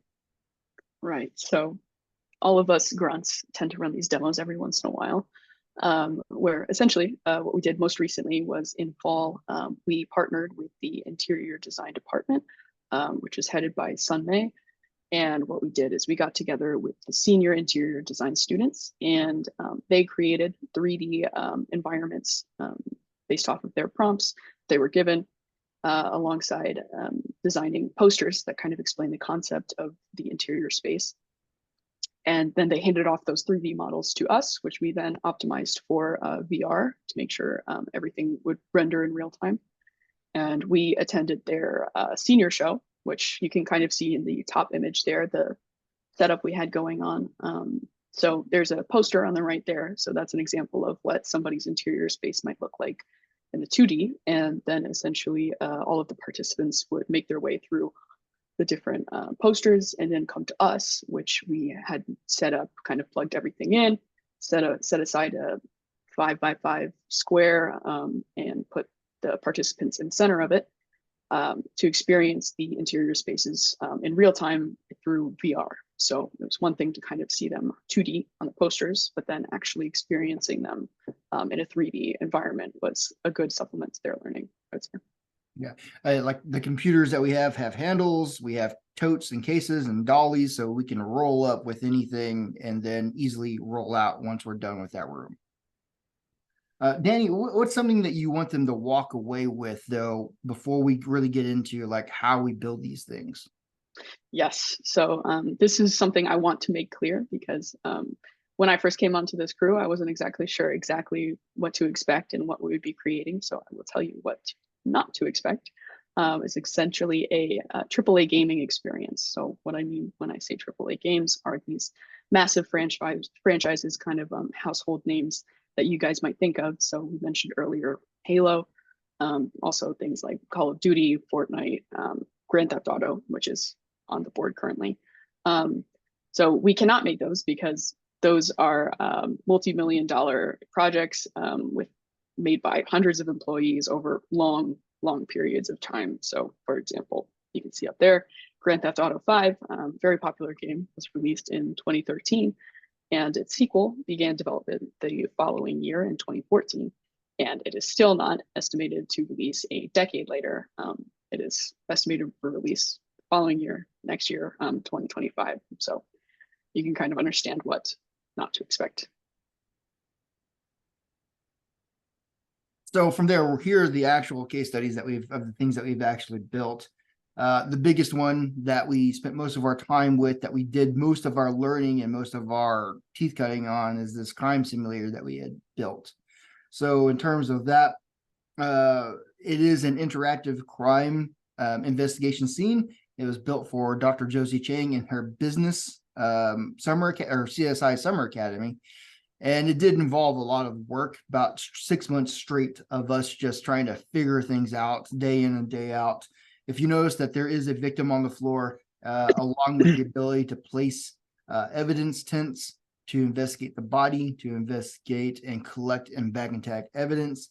And then the biggest thing that it allows them to do is to set up a procedural process to kind of learn how to use the tools of their trade without them having to go to what they essentially call the murder house. I keep telling them they need a better name than the murder house every time, because again, the cost and the time to set all that up for one class and then to repeat it multiple times over and over. So this allows them to prepare, practice, and do what they need to do first in this really controlled environment, and prepares them for their real life simulated environment. So in terms of that, oh, thank you. I saw a note here from Allie talking about going to that CSI Summer Academy UCO. But that's one of the things that we kind of did. The next one that we built from there is the Tornado Safety Simulator. It actually came from a research question, again, because we're integrating into these research studies. The research question originally was, would a person be more willing to purchase a storm shelter going through a VR experience versus going through just watching a video of destruction? We're still in the midst of that study, so there are currently no results. It's with Dr. Megan Cox over at the communications department at UCO. And it involved quite a bit of work, not because of, again, the fidelity into the models, which, Danny, could you go into a little bit of how that worked? Because I think you did the majority of the work on the visuals on this one. Sure, that is true. Yeah, this is one of my first projects I hopped on when I joined this team a few years back. And I essentially was in charge of all of everything you can see, all of the 3D modeling, designing sort of the green sky you can see around. Yeah, so it was about a month and a half of work and asset creation. And it was pretty well translated from one program to another. So I learned 3D design in a different program, but this was built in Unity. And it was a pretty simple transition from one tool to the other. Yeah, it was fun. Yeah, one of the things, the reason why it looks the way it does is, again, because we wanted to keep the fidelity pretty low. And the reason being is we also wanted to work on the wireless mobile headsets. And since we don't have the extra computing power of a giant gaming rig and a GPU, like a super strong one that you associate with computer nerds, it just needed to be able to run smoothly. Otherwise it starts stuttering, and then people get kind of sick. They start getting motion sickness from everything, because not everything is smooth as it should be. So we wanted to make sure that when we built these things, that it can work on any device, anytime, at any place. Because again, if we had a hiccup there, that would keep people from actually wanting to incorporate that into their classroom. As you notice, it took a little bit to kind of make sure that everything was as destructive as possible and that everything should move individually as possible. And so that also means more math, and more math means more computing power. So again, we wanted it to look as simple as possible. And as a note, we have done a bit of testing, and we brought in people who didn't really understand what was going to be happening. Not that we put them in blind, but we have tested, is the point.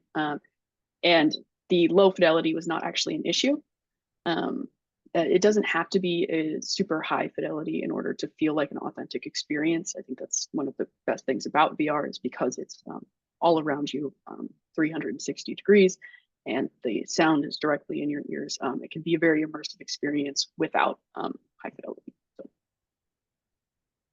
Okay, so I'm just gonna probably speed through these a little bit because I don't want to keep you guys from lunch. I think it's been kind of a long session, but the last thing that we'll kind of touch up on is the VR Longhouse, which is another thing that we had done with the interior design department. They have their students build these long houses to where they have these restrictions and they do everything on paper. But anybody that's rearranged the living room knows that if it might look good on paper, but as soon as you start moving that furniture around, things start getting claustrophobic really fast.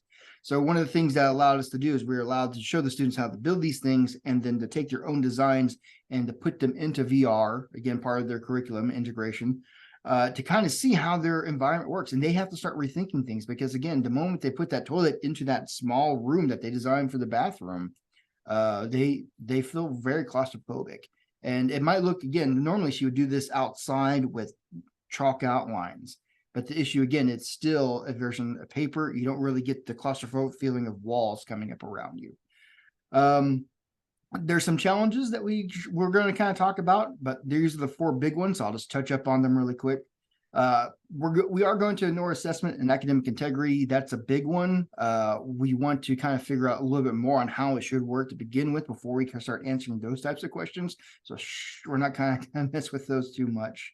Engagement and motivation, still a big issue. There's reluctance from faculty and some from the higher ups in terms of the cost and the interest. So again, that's something that we need to kind of combat. The cost and the access to it. Some of these things are still kind of expensive. Getting funding, the accessibility of them, because again, these are very vision-based. So how do we handle someone with poor visibility? And then how do we even maintain these systems? Is it going to be the same way that iPads work when they're introduced? We have it figured out now, but it took us probably about 5 to 7 years to have the infrastructure in place to have iPad carts with charging stations. Well, how does that work with headsets? The training. Well, most of us are instructional technologists and have worked with our e-learning faculty, and you probably know that working with faculty that have no idea on how to even use the Dropbox or turn it inside of D2L or your LMS is complete nightmare. So this extra layer of complexity is probably a big no-go for you. And then it's changing. As Danny had mentioned, some of the stuff is so new that it just constantly changes, updates, gets better every year. Is that sustainable in the long run? Probably not right now. Is it good for your initial investment? Because if you invest in something now, what's the cost going to be like 2 years from now when the fidelity has doubled in quality and the prices come down? Is it worth investing at that price point? You just have to run your own cost benefit analysis, kind of work through those. But we're not going to be complete jerks. We're not going to sit there and say, these are problems that you have to deal with. There they are. You have them. Here's a couple of things that we're working with on those solutions. Big one that you guys probably do yourselves and know about, faculty workshops. Give them the experience in it. Facilitate those conversations. That's the time to start hearing their questions and their concerns about how they can build these things out. The next thing is make sure that you have your champions in place. As you kind of learn more and people become more interested, identify your champions early on. They're your ones that are going to talk you up. They're the ones that are going to let you know, let the next faculty member know that you are legit. You're the one that you need to talk to you about this thing. Find a way to recognize them. Find a way to let them lead your initiatives. And then the next thing that's probably important is, as we pose these questions, it might not just be a VR issue that you have. So one of the things that we might want to talk about is what kind of solutions or kind of things that you want to implement. We might talk with OKLIS again and have a round panel discussion on some of these ideas on not only implementing new ends of tech or VR, but other technologies that you're running up against. AI is now a thing that we're going to have to talk about. The Sora AI, which is the video generation that Danny has brought up, has gotten only better. Because some people forget that we came about 1 year from Will Smith eating spaghetti, and that was a really, really weird video that everyone could tell was an AI generated video. But if you look at the ones that are coming out now, it's really everything that we're running into now is the worst it will be forever at this point. So what kind of things are we looking into? What kind of solutions can we provide on those? So that is my challenge to you all as we finish out this talk. It was a little bit over. Depending on how Christelle feels, we can probably have some time for questions. But Here is our contact information. I'll make sure I'll get with Custodge that you guys can get access to these slides, and we see we can go from there. Thank you. Thank you. You can absolutely take a few minutes for questions. Okay.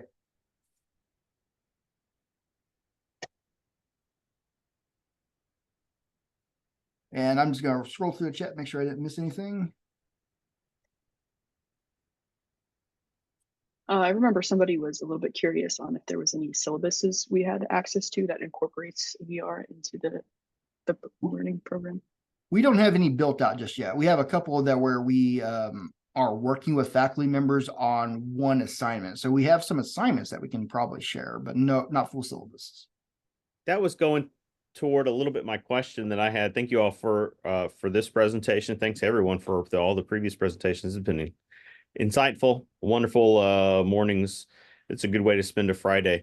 I had regarding your services. So do you just essentially you're developing this content and this is you mentioned just partnering with different departments depending on their needs, and thus you're kind of operating external to any academic need, and you're essentially functioning in a way to help just complement and develop programming across the campus. Is that right?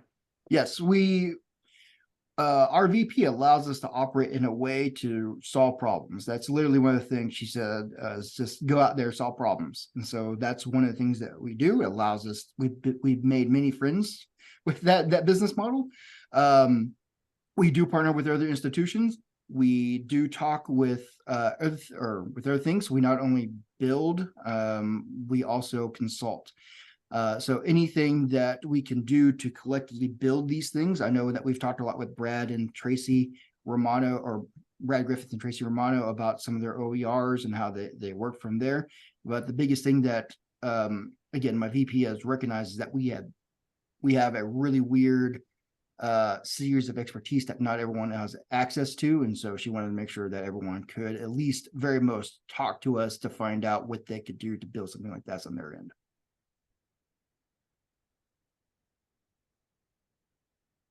And if you want details, just contact us and we could talk more about what your specific needs are at that time. So that way we don't have to bore everyone with weird details.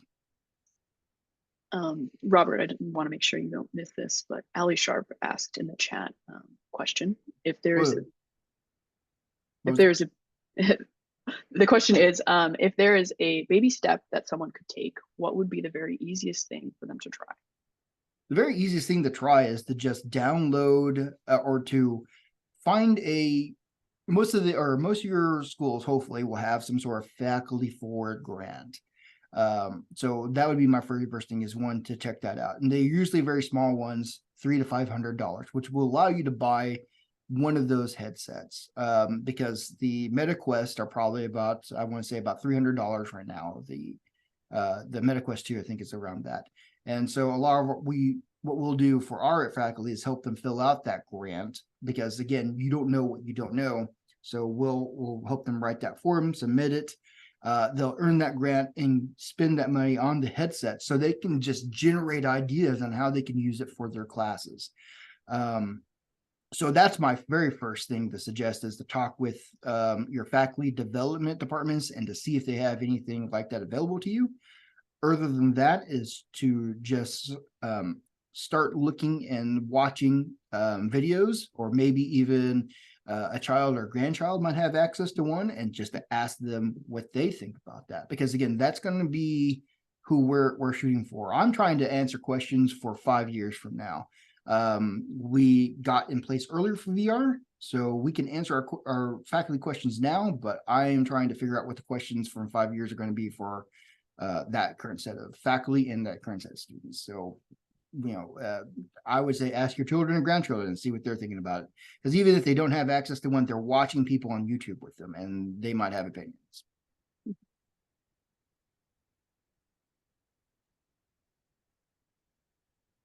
Thank you so much. This was great. I will be sending out the recording to everyone who registered, and I'll also include the slides and any links that the presenters shared for resources as well. So thank you everybody for coming, and I hope everyone will also consider coming to the other OKLIS events coming up in March and April. Thank you. Thank you.